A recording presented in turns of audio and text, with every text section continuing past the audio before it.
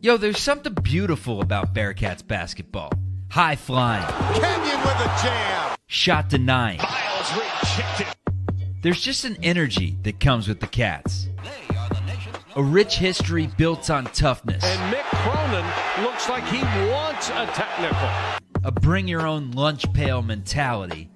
For a long time, UC was the hunted. I felt that we couldn't lose. I think it's time the Bearcats do a little hunting of their own. Once y'all done with them, send them to me, man. You know what I mean? We can put them on the court.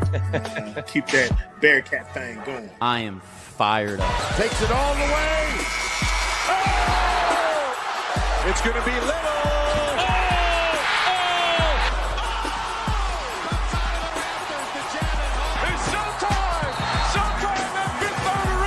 I wonder how Steve Logan would be over in Afghanistan or somewhere. I bet he'd be pretty poised. He just does not get rattled. Van Exel, he'll cut it loose. Watch out. Stevenson cuts it about. Oh! Kilpatrick outruns everybody. Johnson, the exclamation point. We've been dealt the king of heartbreak over and over again. Rozier, Smith, and Everything they worked for was undone on one play. But I see the light. The Cats are back.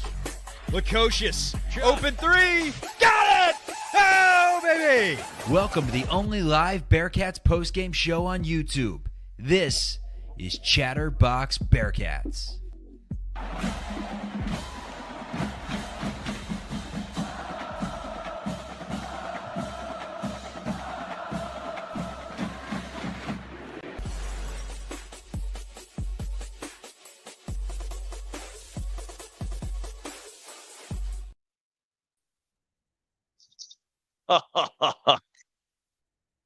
What a roller coaster, Niehaus. What a roller. I had all these notes like this is how we were supposed to play. This is what we should have been doing all year, just showing our teeth, immediately physically dominating. And all of us, next thing you know, I'm in the group text saying I'm getting Nevada flashes. I'm seeing Caleb Martin hitting shots. We won the game. Final score, UC beats Dayton, Heritage Bank Arena. From all sources I've heard, boots on the ground, fantastic showing from them again. 66-59. They covered the spread.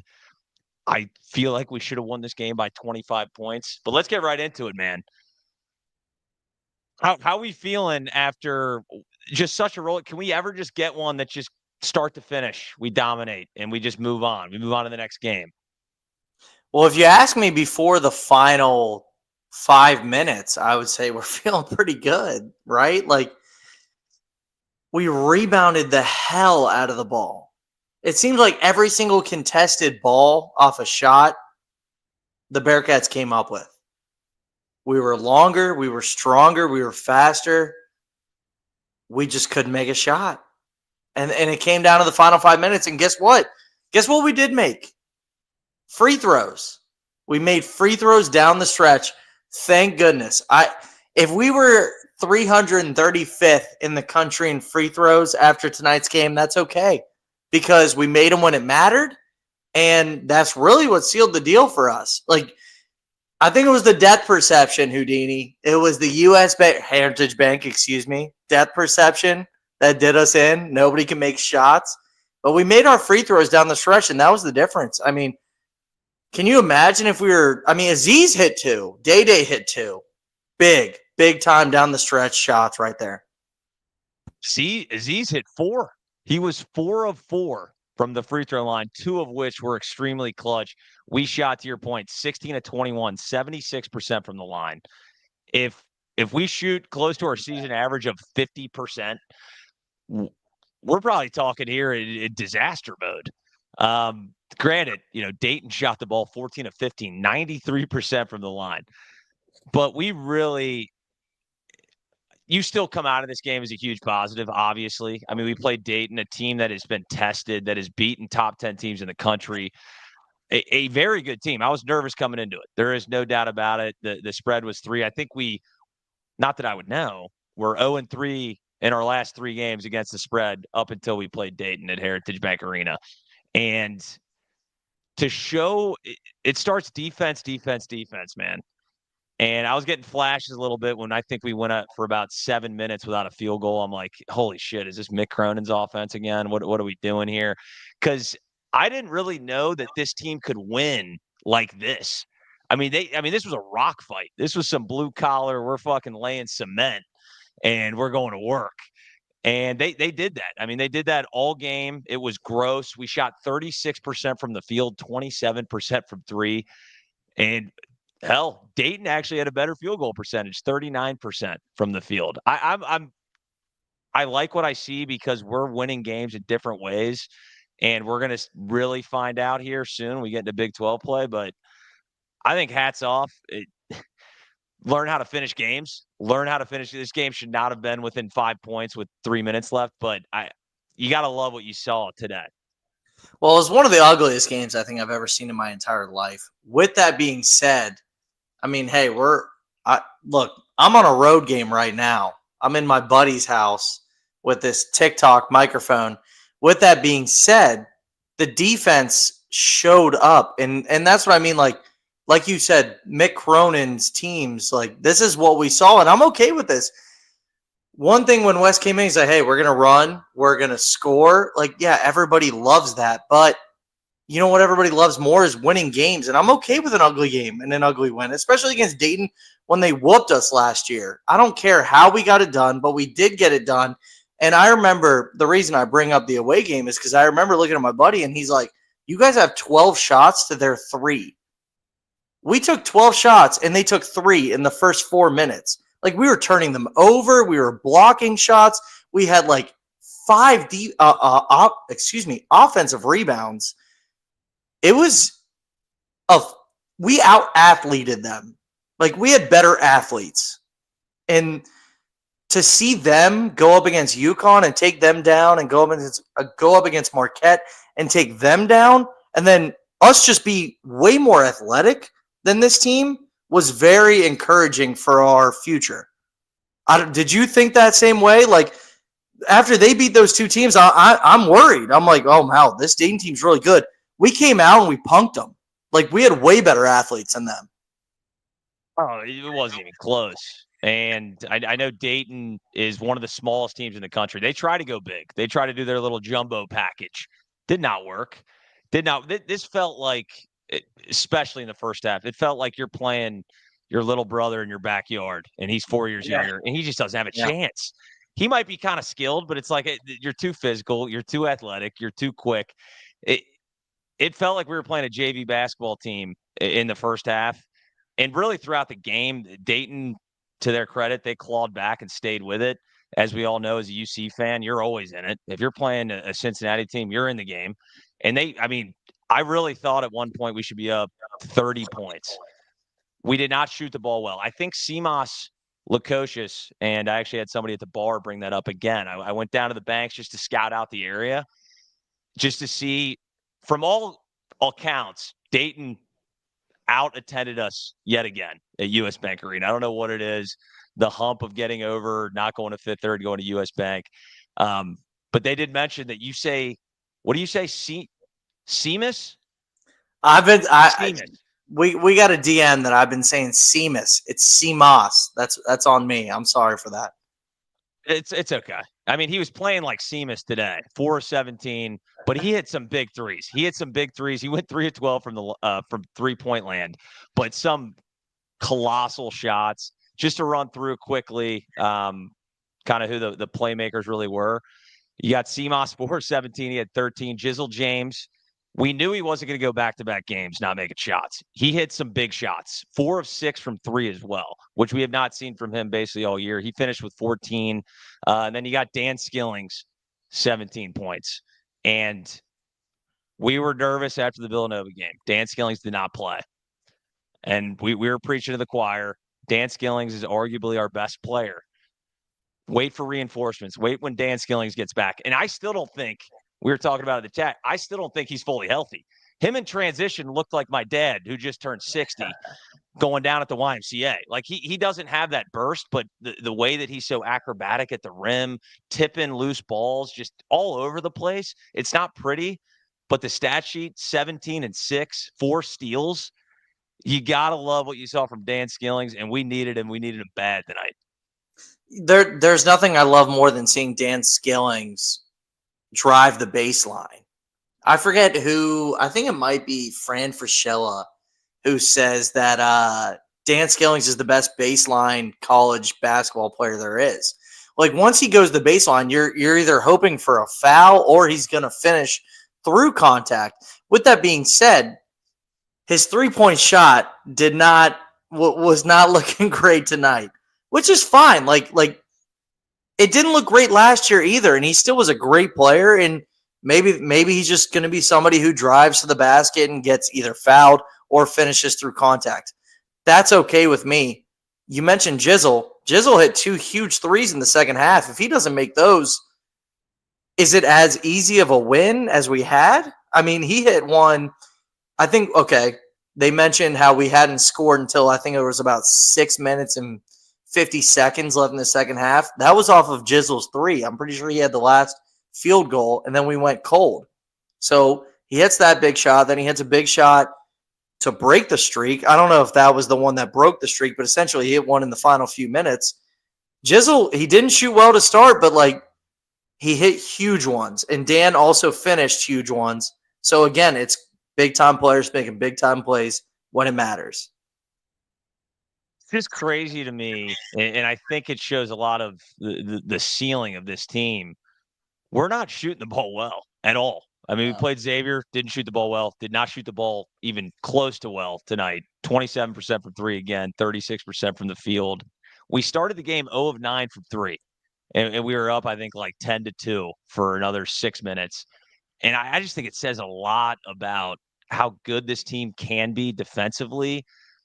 And in college basketball, if you're not making threes and you're still winning games against very, very legit opponents, I mean, we saw XU go over to UConn without Fremantle and damn near win the game. A couple tough calls on their end. I mean, if there's any XU fans still in the chat, who knows? But I think it just shows, hey, man, if this team makes shots, this is what we were talking about at the beginning of the year, where legitimately a top 10 team. And when I'm looking at the Big 12, I don't know if a team athletically is going to be able to challenge us. I would look it through the rosters with Hunter Dickinson's, big ass in there. I don't think Kansas is there. I think athletically in the Big 12, I don't hate it. I'm seeing plus 1,100 to win the Big 12. Don't hate that at all. I don't know if there's a team right now that I'm that worried about in the Big 12 that is head and shoulders above us. Like last year, we were hoping to finish about, 9th or 10th. I think this year it's a top 3 finish is our goal. What do you think? Am I getting ahead of my skis, as we say? No, I don't think so, because this Dayton team is good, and we looked 11 minutes in, and Dayton still hadn't scored a field goal. We held them scoreless from the field for 11 minutes. They had 4 free throws, but regardless, we out-athleted them tonight. And it was one thing where, if you have the guys who are longer, stronger, faster, you might win the game. It doesn't, because basketball here. One thing with football, here's the thing. If we're a football team and you're bigger, stronger, faster, you're going to win 9 times out of 10. You still have to make shots. And that's why it was close tonight, because we weren't making shots. We were bigger, stronger, faster, and it should have been a 20-plus, 30-plus point game. Don't get me wrong, because they couldn't score on us. Every pass was contested. Every shot was contested. We are strong and fast, and I think that's where we make up the difference. Yeah, we have Iowa State, who also did what we did to Dayton tonight to us last year, right? So I don't know if you're ahead of your skis, but we got some athletes. We got some dogs. US Bank Arena, Heritage Bank Arena, it's probably not too easy to make shots. You're not used to it. As long as you got guys who are going to rebound, which we had, a ton of offensive rebounds, defensive rebounds. I looked over 2 minutes in. I'm like, they're not going to get a rebound on us all night. All night. Every contested ball we got. We finished with 17 offensive boards. I think we had 12 in the first 14 minutes of the game. And Show us the list. 747 says we got to figure out the lob pass because we almost single-handedly lost the game by just force-feeding lobs. And I'm not even blaming Aziz Bandego for a lot of those. We're throwing it to the moon. Maybe you're right. Maybe it's the depth perception at Heritage Bank Arena. I did hear, I don't know, we could not confirm this, okay? So this could be fake news, that Heritage Bank Arena ran out of booze. They ran out of beers. That can't happen. We're in the Midwest. People need their fuel, okay? You run out of booze in the second half with 18 minutes left. What are we doing? I hope we never play. I think it was a 2-year deal. First off, don't understand why it's the most obvious thing ever. We have a battle of Ohio. Dayton, UC, XU, and Ohio State play every single year. As we've said many times, they don't punish you if you play good teams early in the year. If you lose those games, it's fine. It's okay. Committee doesn't hate it. They actually appreciate it. We have one of the worst out-of-conference schedules in the country. We need to start playing the Ohio tournament. It's too obvious. It's too easy. Yeah, but not at Heritage Bank Arena, right? No. God, no. No. Where do we play that? A tournament? A home tournament? Played at Elder High School. I mean, at this point, we can't. You're right. We can't go to US Bank. I gotta workshop that idea. I mean, you could do neutral sites across, Ohio. Dayton plays at Ohio State, and they play Xavier at Dayton, something like that. You could kind of figure it out. Whatever. We don't get paid the big bucks to figure that stuff out, Niehaus. No. I agree, though. Everybody keeps saying it. That'd be a great mid-season tournament. I mean, that really would. Hudson, you're gonna have to be my guy on the box score since I'm on my cell phone. Enoch Cheeks and Zed Key. What were their stats tonight? Do you have the box score up? I feel like we shut down Cheeks, right? Cheeks was playing like ass. No pun intended. He went 2 of 6 with 5 points and fouled out of the game, and he's their leading scorer.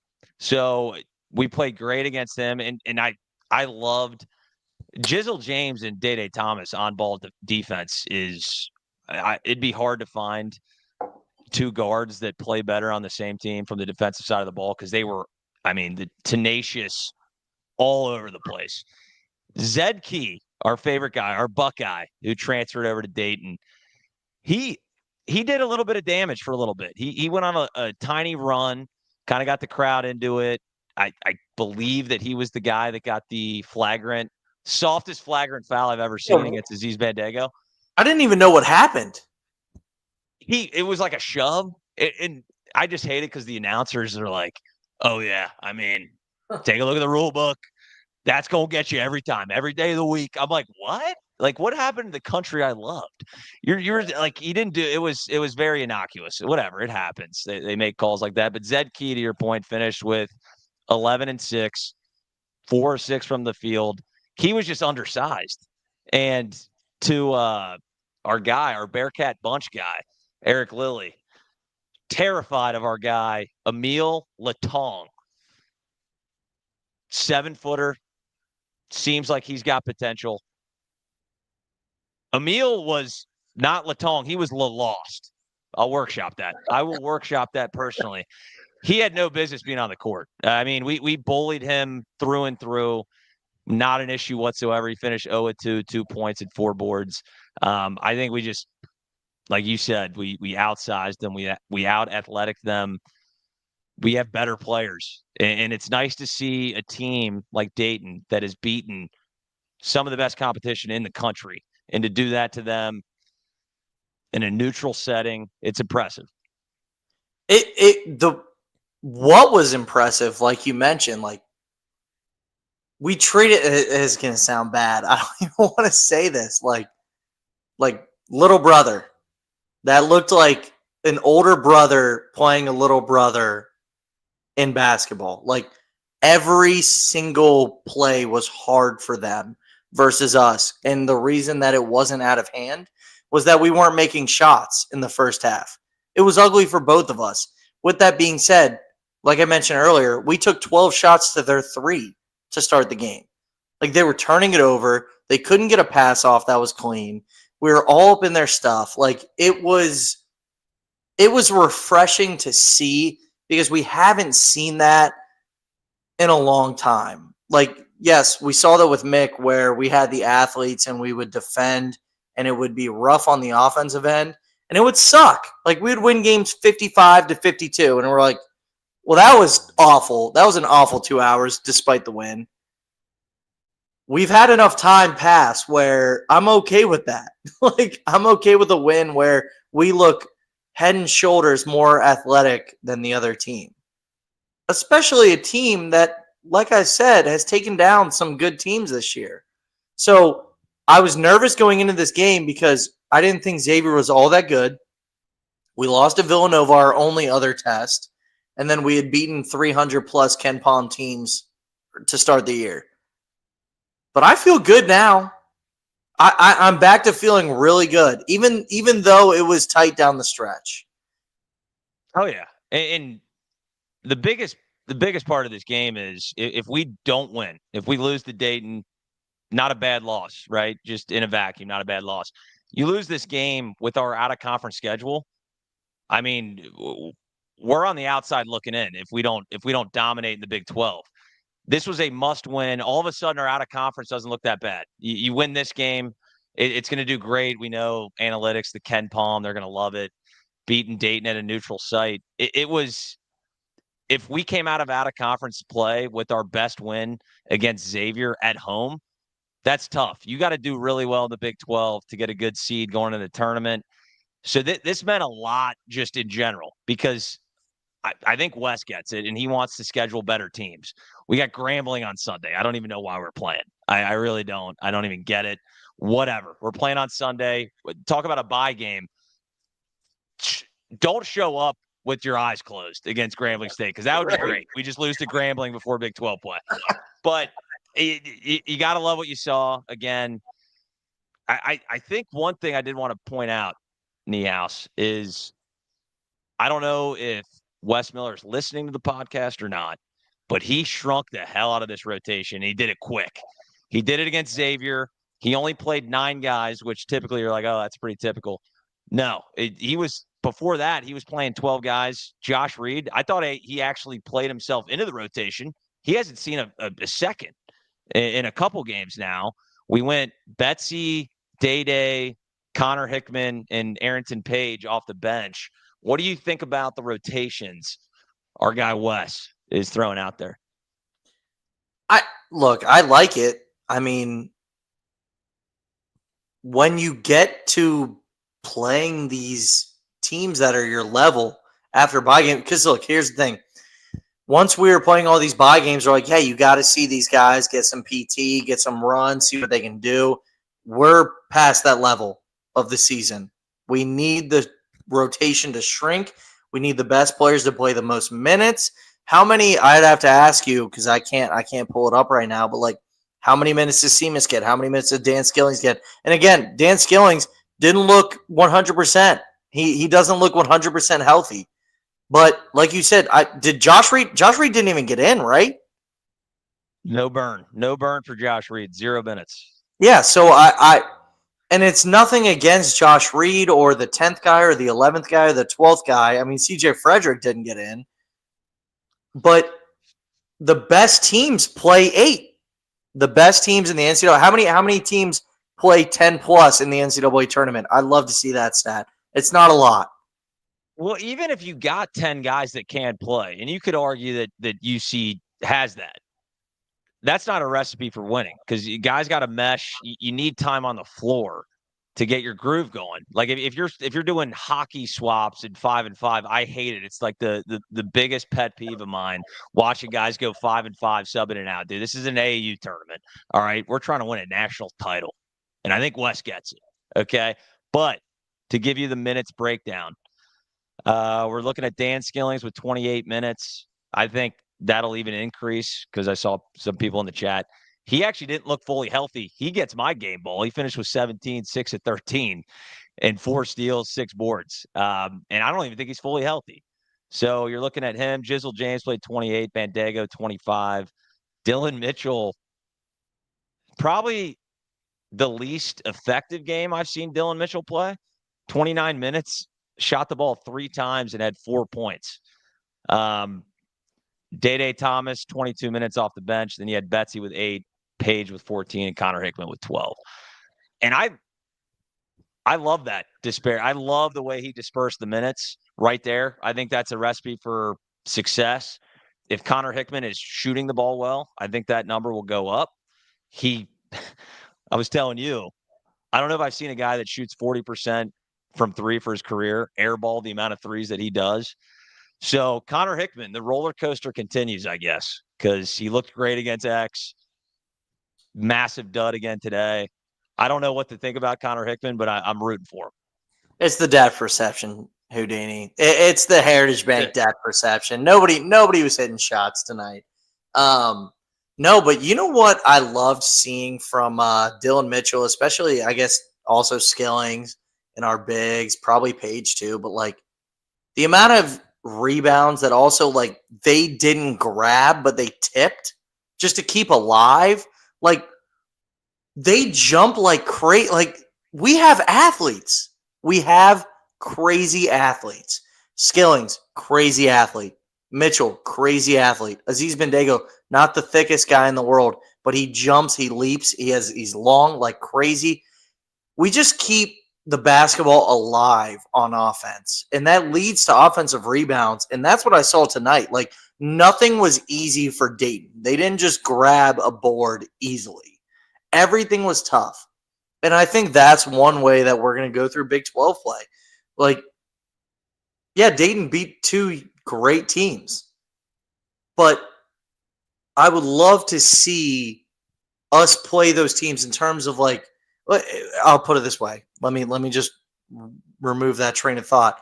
I would love to see that sort of athleticism that we showed tonight against Xavier last week. Like I didn't see that.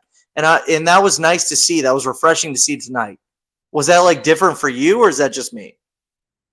No, I mean, this was a game that if we would have somehow lost this game, it would have been so devastating because we dominated the game. I mean, through and through, Dayton never led for a single second. I mean, just absolutely ragdolled this team. And somehow that's, I guess, my biggest concern for this team is this is probably the first time we've seen it against a real opponent, letting teams stay in the game. You can't do that. You sure as hell can't do it when we're playing on the road in the Big 12. And I know Arizona, I think Arizona's like 6-5 now. That's going to be a real interesting game for me. It really is, because they have 17 7-footers, I think. So we're not going to be bigger than them. We're not going to be bigger than them. So, because like you said, this felt like a little brother game. Like it was basically throw the ball up to the rim, just get the rebound, put it back up. I mean, Dan Skillings, he's got to lead the NCAA over his career in missing his own 3, and which is hilarious. They still run out to Dan Skillings at the 3-point line like he's a lethal shooter. I cannot figure it out. You should close out to Dan Skillings and give him 17 feet. Like he's not a good 3-point shooter. And I know that they claimed in the offseason they were going to work on his game, and he was going to be a great 3-point shooter. We haven't seen it. I hope it happens, because maybe he'll go in the first round of the NBA draft if he can hit a 3. But you just got to love what you saw. Not even shooting the ball well, like I said earlier. It's impressive. And looking down the schedule, man, I don't want to say it, but I think we're going to win the Big 12. Whoa. I liked what I saw from the free throw line to end the game. That gave me a lot of hope, because like this was a game where we were all texting each other at halftime. We're like, we should be up 20. We should be up 20 plus. And that didn't happen because we couldn't hit shots. So it's hard for me to be full on or winning the Big 12, because once you get a team that is getting all those offensive rebounds and also hitting shots, that's the team that wins conferences, goes to the Final Four. We got the rebounds, right? Like, it was ugly, though. Like, I'm worried about us relying on CMOS to hit a big 3. And guess what? He did, and also Jizzle did. in the second half. So He we went got 4 of guys that can do 17. it. He went 4 of 17. I mean, you would have thought the rebound disparity would have been much higher. It was 38 rebounds to 32, which I would have thought it was like that is 40 shocking. to 18. Take what you will from that. I mean, we offensively, 17 offensive rebounds, ridiculous. I think the biggest part of this game really was our defense. Like I said, Dayton was one of the best teams in the country as far as taking care of the basketball. We got 17 turnovers from them. They were sloppy as hell. And it all starts with Day Thomas and Jizzle James on the ball. And that is a recipe for winning games, man. It really is. I mean, we're shooting 27% from three, and we're beating top 25 teams. I love it. I love it. I'm excited. I almost called you Lily. Did you hear about this? This is irregardless of the game. UC's dance team was ready to come out, talk about Heritage Bank. And they were coming out. It's one of the best dance programs in the country. Shout out to my sister. And they couldn't figure out how to play the music for them to dance. And I shed a tear. I said, are you these young kids come out there, they work their lives up. They go to Heritage Bank Arena to put on a performance, and they can't play the music? What kind of a venue are we? What are we doing here? That's a shame. It's a travesty. Somebody should go to prison for it. And listen, it's sad to see that these dancers could not get their performance off. I'll say that. I'll digress. No, I didn't hear that. I did hear that the RC Cola tonight was delicious. All right, positive spin. Spin Zone Niehaus. RC Cola at Heritage Bank Arena. We've been going, for 32 minutes. Niehaus, you got anything else on this game? Otherwise, I'm going to jump into future schedule. No, I think the one takeaway I have from this game is the fact that we are bigger, stronger, faster than another top 25 team. I mean, every single pass that Dayton made in the first few minutes was a struggle. Every single shot they took was a struggle. Every single rebound they tried to grab was a struggle. That's what I love to see from UC. We didn't make shots very well to start the game or I guess at all. Like, I'd love to see I don't have the percentages ahead of me, but like, that was awesome. Like, that was one thing before the year where like, yeah, we have the shooting and also we have the athletes. We saw the athletes tonight, and I'm okay with that. And clearly we had better athletes than Dayton, and that's what won us the game because we couldn't make a shot, and we still won. And guess what? We couldn't make a shot against Xavier, still won that game. So scary for other teams once we start making shots. No, let's just miss shots all the way to the national championship. I mean, at this point, who cares? I will say this. What the hell did I just – wait a minute. My whole thing just went nuts. Never mind. I won't say this. I had a note up, and I'm like, I forgot. Oh. Dayton went ahead, changed up their defense in the second half. We hadn't scored in like 8 minutes, and they decided to go to a matchup zone. And we annihilated the matchup zone, like almost immediately. And a lot of it had to do with, I think, Seamoss hit 2 of his 3 threes during that matchup zone stint. But you got to like what you saw, that we actually were competent against a matchup zone, especially for other teams with length that watched how we've played against matchup zones. I think that's another – I'm doing all positive spins here. That's another positive thing that I saw tonight was how we attacked the matchup zone. And like we said, Wes is going to get in the lab and try to figure this out. Guy cares more than anyone on earth about this team. And I just think it's 2 thumbs up. Even playing against a matchup zone, they actually look competent. And we haven't seen that all year. Yeah, I mean, that's one thing we got to see from Wes. Like, nobody questions Wes gets the guys in here. We need to see the X's and the O's, the way to beat other teams, because there was no question in terms of getting the guys here on campus. Like, you look 5 versus 5 against this Dayton team, and you're like, I'm picking my guy over their guy every day of the week. once they throw something at you, you got to be able to respond. And look, here's the thing. Yeah, it got a little hairy down the stretch in the last 4 minutes. There was no question who was winning this game right from the start. I mean, what were we up? 16-4? I was watching it. I guess, but We we were up 4? We're up 16-4 to start. We won wire to wire. We did. We won wire to wire. So yeah, it got hairy. And yeah, I was okay. Questioning is tough. I wasn't cowering away. Like I wasn't like scared. Like I was a little worried. I wasn't scared. And that's what you want to see from your guys. Like this is a game they whooped our ass last year. You come into this. I was on the midweek show. I'm like, I can't keep saying I'm worried when we play a good team. And this was a good team. But I was worried. I was worried. But wire to wire, we led and we dominated. But not shooting the ball.